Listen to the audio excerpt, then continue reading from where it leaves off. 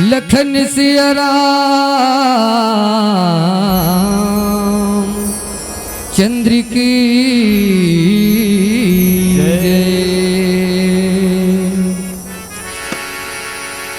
कैसे मैं बताऊं संगी, कैसे समझाऊंगा राम के बिना मोर भैया जग अंधियारागा।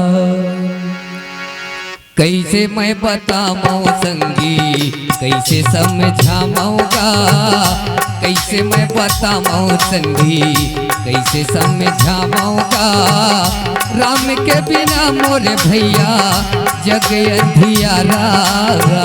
राम के बिना मोर संगी जग अंधियारागा।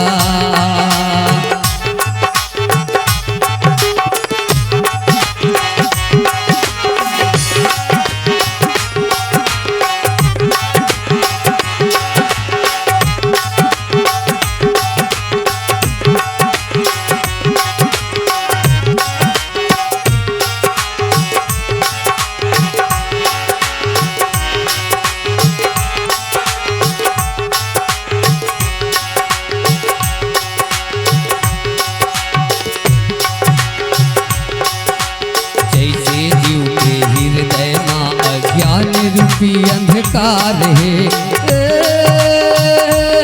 संगी रे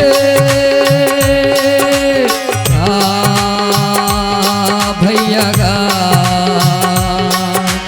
दिखत नहीं जिनकत रो ऐसा नोहा गाथ है संगी रे ओ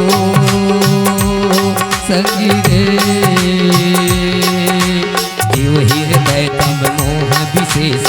रामा हो सिया रामा ग्रंथि छुटकी में परी देखी। रामा हो सिया रामा अस संजोग ईस जब करई। रामा हो सिया रामा अब कचा तुझ सोनर करही। रामा हो सिया रामा जैसे जीव के हृदय में अज्ञान रूपी अंधकार है। दिखत नहीं है कखनो नजर में ऐसन मोहा गाथ है। राम जी के कृपा पाके मिटे अंधियार गा। राम जी के कृपा पाके मिटे अंधकार गा। राम के बिना मोर भैया जग अंधियार गा।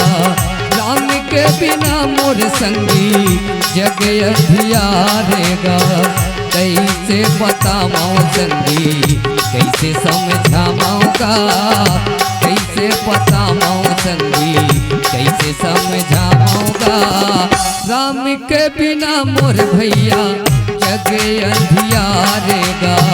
राम के बिना मोर भैया जग अंधियारेगा।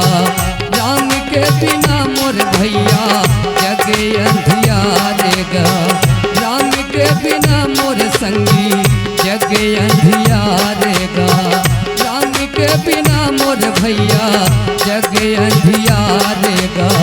जग अंधियारेगा, जग अंधियारेगा, जग अंधियारेगा।